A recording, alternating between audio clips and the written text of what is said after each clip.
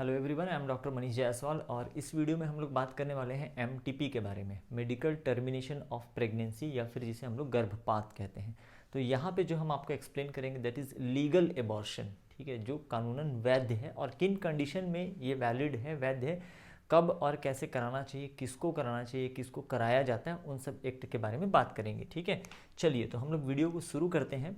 वैसे आपकी जानकारी के लिए बता दूँ कि भारत में, ठीक है, सबसे ज़्यादा इलीगल एबॉर्शन होता है। Medical termination of pregnancy, MTP, इसका फुल फॉर्म है। नीट के एग्जाम पॉइंट ऑफ व्यू से बहुत इंपॉर्टेंट है, छोटा सा टॉपिक है, इजी टॉपिक है। ठीक है, medical termination of pregnancy, it is intentional और voluntary termination of pregnancy before full term, it is called MTP और मेडिकल या फिर इंड्यूस एबॉर्शन कहा जाता है। इंटेंशनल कहने का मतलब जानबूझकर किया गया, ठीक है, इंटेंशनल, वॉलंटरी, जानबूझकर प्रेगनेंसी को टर्मिनेट करना, समाप्त करना, ठीक है, जानबूझकर किया गया, इसे हम लोग इंड्यूस्ड एबॉर्शन कहते हैं या फिर मेडिकल टर्मिनेशन ऑफ प्रेगनेंसी कहा जाता है। ठीक है, अगर बात की जाए दुनिया में, ठीक है, पूरे विश्व में, तो टोटल प्रेगनेंसी का, कुल जितनी प्रेगनेंसी होती है हर साल, उसका 20%, नियरली लगभग 20% टोटल प्रेगनेंसी का एबॉर्शन हो जाता है, एबॉर्ट कर दिया जाता है, गर्भपात कर दिया जाता है। ठीक है, इलीगल और लीगल दोनों को हम लोग इसमें इंक्लूड करते हैं। ठीक है,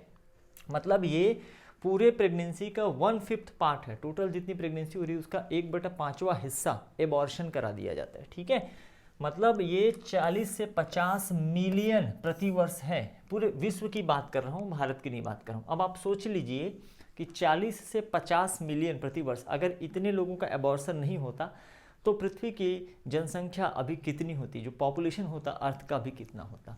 इसका मतलब ये है कि एमटीपी जो है इसका एक सिग्निफिकेंट रोल है पॉपुलेशन को कम करने में, है ना, एक महत्वपूर्ण रोल है जनसंख्या को कम करने में, लेकिन एमटीपी का उद्देश्य यही नहीं है। ठीक है, मेडिकल टर्मिनेशन ऑफ प्रेगनेंसी है significant role in decreasing population but it is not mean for it, इसका उद्देश्य ये नहीं है।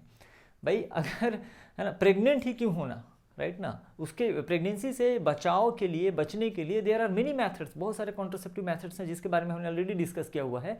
तो प्रेगनेंसी ही क्यों होना जब उसको अबॉर्ट कराना है। ठीक है, now it is mainly for, MTP का मेन उद्देश्य क्या है, अनसुटेबल प्रेगनेंसी जो होती हैं। ठीक है, अनसुटेबल प्रेगनेंसी, आगे हम इंडिकेशन के बारे में बात करने वाले हैं, किस केसेस में, किस कंडीशन में एमटीपी एडवाइस किया जाता है, कराना चाहिए। तो जो अनसुटेबल प्रेगनेंसी है उसको टर्मिनेट करना है, उसको रिमूव करना है, ये एमटीपी का उद्देश्य है। लेकिन ठीक है, मिसयूज ज़्यादा होता है। ठीक है, अब मिसयूज ज़्यादा होता था या दुरुपयोग ज़्यादा होता था, तो भारत में, इंडिया में एमटीपी एक्ट लाया गया 1971 में। ईयर याद रखिएगा, नीट में पूछा जाता है एमटीपी एक्ट कब आया, 1971 में। कौन लाया, गवर्नमेंट ऑफ इंडिया ने लाया। ठीक है, किस लिए लाया, कि medical termination of pregnancy, MTP का मिसयूज या दुरुपयोग न किया जाए। ठीक है, या उसको करना गैर कानूनी है, उसके तहत पनिशमेंट या सजा मिल सकता है अगर ऐसा करते हुए पकड़े गए तो। अब देखते हैं इंडिकेशन के बारे में। ठीक है, किन अवस्थाओं में, किन परिस्थितियों में एमटीपी एडवाइस किया जाता है। तो पहला इंडिकेशन है, या कब ये आवश्यक होता है, इसेंशियल होता है, यदि where continuation of pregnancy harmful और फैटल। ठीक है, अगर प्रेगनेंसी को कंटिन्यू करने से ये मदर के लिए या फिटस के लिए या दोनों के लिए नुकसानदायक हो, हार्मफुल हो, कोई ऐसे कि अगर प्रेगनेंसी को आगे रखा जाए, कंटिन्यू किया जाए, तो मदर के हेल्थ पे, फिटस के हेल्थ पे फैटल हो सकता है, मृत्युकारक हो सकता है, जान जा सकती है। तो ऐसे सिचुएशन में ये सजेस्ट किया जाता है कि प्रेगनेंसी को टर्मिनेट करा दिया जाए। ठीक है, और ये मेडिकल एडवाइस से होता है। ठीक है, ज्ञान पांडे लोगों का ज्ञान लेके नहीं। एनीवे, या फिर अगर, ठीक है, pregnancy due to rape, pregnancy due to rape, है ना, रेप या बलात्कार के कारण अगर प्रेगनेंसी हुई है, कंसीव हो गया है, तो उसको भी टर्मिनेट करने का सजेस्ट किया जाता है, सजेशन दिया जाता है। या फिर प्रेगनेंसी हुई है कॉन्ट्रासेप्टिव फेलियर के कारण, कोई ऐसा कपल है जिसकी फैमिली पूरी हो गई है, हम दो, हमारे दो, भारत में जो फैमिली प्लानिंग प्रोग्राम चलता है उसके तहत उसका परिवार पूरा हो गया है, 2 बच्चे हो गए हैं, और वो लोग कॉन्ट्रासेप्टिव यूज कर रहे थे, जो भी गर्भ निरोधक यूज कर रहे थे, फेलियर हो गया, फेल हो गया, कॉन्ट्रासेप्टिव फेलियर। ठीक है, उस अवस्था में प्रेगनेंसी हुई है तो उसको भी टर्मिनेट करने की इजाज़त गवर्नमेंट देती है। ठीक है, कॉन्ट्रासेप्टिव फेलियर, गर्भ निरोधक किसी भी प्रकार का, ठीक है, फेलियर के चांसेस रहते ही हैं। हर टाइप के गर्भ निरोधक में कुछ ना कुछ परसेंटेज ऐसा इशू होता है कि कॉन्ट्रासेप्टिव यूज़ करने के बाद भी कंसीव हो गया है, गर्भ धारण हो गया है, तो उस अवस्था में भी, ठीक है, एमटीपी इंडिकेशन होता है। या फिर एक कंडीशन है कंजेनाइटल डिसऑर्डर या जेनेटिक डिसऑर्डर। ठीक है, बर्थ से पूर्व ऐसे बहुत सारे टेक्नोलॉजी होते हैं, ठीक है, जिसमें बर्थ से पूर्व ही हम लोग जान सकते हैं कि होने वाले बच्चे को कोई जन्मजात बीमारी है या फिर कोई जेनेटिक डिसऑर्डर है, डाउन सिंड्रोम हो गया, क्लाइनफेल्टर सिंड्रोम हो गया, ऐसे किसी भी प्रकार का सिंड्रोम से वो पीड़ित हो सकता है। तो उस अवस्था में भी, उस कंडीशन में भी एमटीपी एडवाइस किया जाता है।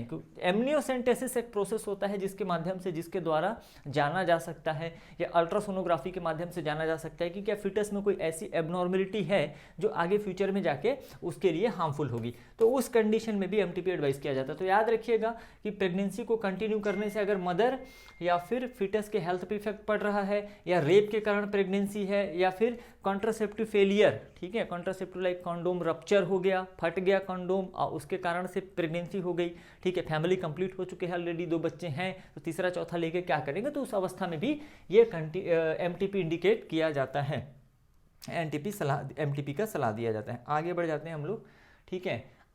अब इसके सेफ्टी के बारे में बात करते हैं। जो मेडिकल टर्मिनेशन ऑफ प्रेगनेंसी है, ठीक है, इसके सेफ्टी के बारे में बात कर लेते हैं। ओके, राइट, चलिए। हाँ, तो पहले ट्राइमेस्टर में, फर्स्ट ट्राइमेस्टर में, मतलब प्रेगनेंसी के शुरू के 3 महीने में अप टू 12 वीक, 12 सप्ताह तक medical termination of pregnancy MTP जो होता है तुलनात्मक रूप से रिलेटिवली सेफ होता है, तुलनात्मक रूप से सेफ होता है, ठीक है, फर्स्ट ट्राइमेस्टर में।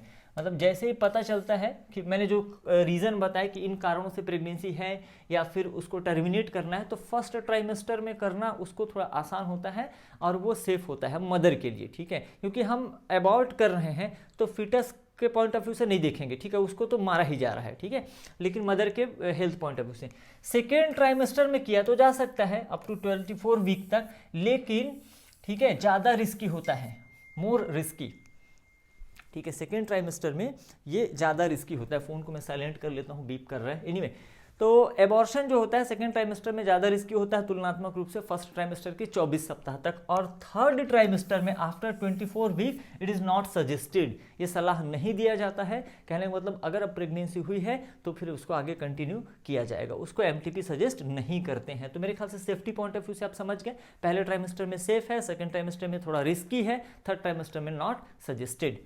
चलिए, बहुत आसान सा और छोटा सा टॉपिक, आगे चलते हैं। भारत में अगर बात की जाए, इंडिया में अभी भी, ठीक है, ज़्यादातर जो एबॉर्शन है, ठीक है, ज़्यादातर जो गर्भपात है, एबॉर्शन है, कौन कराता है? Unskilled, untrained, unqualified, in a single word they are called झोला छाप। आप क्या बोल सकते हो? झोला छाप, ठीक है, और बहुत पैसा कमाते हैं ये गलत तरीके से, ठीक है। अनस्किल्ड, अनट्रेन्ड, अनक्वालिफाइड, गाँवों में या ऐसे जो सुदूर क्षेत्र हैं, एरियाज़ हैं, वहाँ पे अभी भी गाँव में दाई और ऐसे टाइप के लोग एबॉर्शन का करा देते हैं, ठीक है, जो कि अब फिटस को तो मारा ही जा रहा है, ठीक है, लेकिन मदर के हेल्थ में कई बार क्या होता है, आपने ऐसे न्यूज़ वगैरह में पढ़ा होगा, ठीक है, कि गलत तरीके से गर्भपात करने के दौरान मदर की जान गई या ये सारी चीज़ें, ठीक है। अब उनको समझ में नहीं आता, आउट ऑफ कंट्रोल हो जाता है, थोड़ा बहुत गूगल सर्च मार लिए, ये मेडिसिन वो मेडिसिन यूज़ करना है, ठीक है, तो उसको यूज़ कर लिया और पता चला कि जब केस बिगड़ गया तो फिर पेशेंट की या फिर उस मदर की डेथ हो जाती है। क्यों? क्योंकि वो लोग अनस्किल्ड हैं, उनको पता नहीं है, ट्रेनिंग प्रॉपर नहीं मिला है और प्रॉपर वो क्वालिफाइड नहीं है। यह इलीगल है, ये ऐसा करना गैर कानूनी है और असुरक्षित भी है, अनसेफ भी है, दिस इज इलीगल।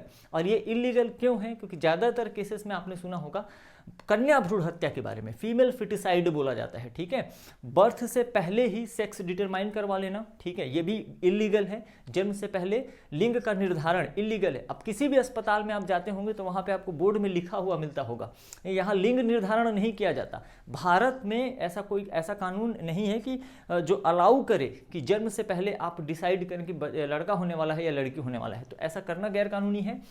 तो जैसे ही पता चलता है कि फीमेल है तो कई जगह पे ऐसा हो जाता है कि फीमेल फिटिसाइड के लिए भी एबॉर्शन करा दिया जाता है, ठीक है, फिटस अगर फीमेल है तो उसको जन्म से पहले ही समाप्त कर दो। अब बात करते हैं बेटा मेथड की, ठीक है, मेथड नहीं बताएंगे, ठीक है, बिल्कुल नहीं बताएंगे मेथड, क्योंकि कई डेढ़ होशियार लोग क्या करेंगे, यहाँ से भी मतलब ज्ञान यहाँ से ले लेंगे और उसका दुरुपयोग करेंगे, ठीक है।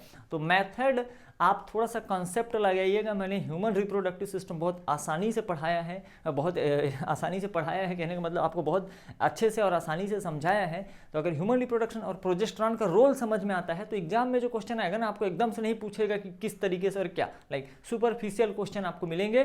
ठीक है, मेथड यहाँ पे नहीं बताऊंगा, लेकिन हाँ प्रोजेस्टेरॉन वर्ड आप थोड़ा सा ध्यान रखिएगा। ठीक है, तो उसके आधार पे आप मेथड खुद लॉजिकल कर सकते हैं, है ना। ट्राई नहीं करना, एग्जाम में क्वेश्चन बस अटेम्प्ट करना है। ठीक है, इस बात का आप ध्यान रखिएगा। ठीक है, आगे बढ़ जाते हैं। एक होता है बेटा पीसी एंड पीएनडीटी एक्ट। ठीक है, pre conceptional and prenatal diagnostic technology, जैसे यूएसजी वगैरह हो गया, फिर आपका एमनियोसेंटेसिस हो गया। ठीक है, लाइक अब इस टेक्नोलॉजी का दुरुपयोग न किया जाए किस चीज़ के लिए, सेक्स डिटर्मिनेशन के लिए, लिंग निर्धारण के लिए, और सेक्स डिटर्मिनेशन के बाद फीमेल फिटिसाइड या एमटीपी या एबॉर्शन के लिए। ठीक है, दुरुपयोग न किया जाए। तो ये एक्ट लाया गया कब, एग्जाम के लिए याद रखिएगा 1994 में ये एक्ट लाया गया। अभी इसमें संशोधन भी हो चुका है। ठीक है, 2020 में इसमें थोड़ा सा संशोधन हुआ है, इंप्रूवमेंट हुआ है। ठीक है, तो ये एक्ट क्या करता है, पीसी एंड पीएनडीटी जो टेक्नोलॉजी है इसके मिसयूज, दुरुपयोग को रोकता है और एक ऐसा नियम बनाता है कि लोग डरें और सेक्स डिटर्मिनेशन या लिंग निर्धारण ना करें। ठीक है, और यदि पाया गया, ठीक है, गिल्टी पाया गया या किसी को दोषी पाया गया या इसमें सम्मिलित पाया गया कि किसी ने सेक्स डिटर्मिनेशन किया है या करवाया है या लाइक जो भी है, तो उस अवस्था में 5 साल का 5 ईयर का इम्प्रिजनमेंट, ठीक है, कैद या जेल, तिहाड़ जेल में भेज दिया जाएगा बेटा, और इतने लात पड़ेंगे, है ना, और 1 लाख रुपए का फाइन। 5 साल की जेल, 1 लाख रुपए का फाइन, और अगर जज जो है बहुत अच्छा रहा तो दोनों लगा देगा, मतलब जेल भी जाओ और फाइन भी दो।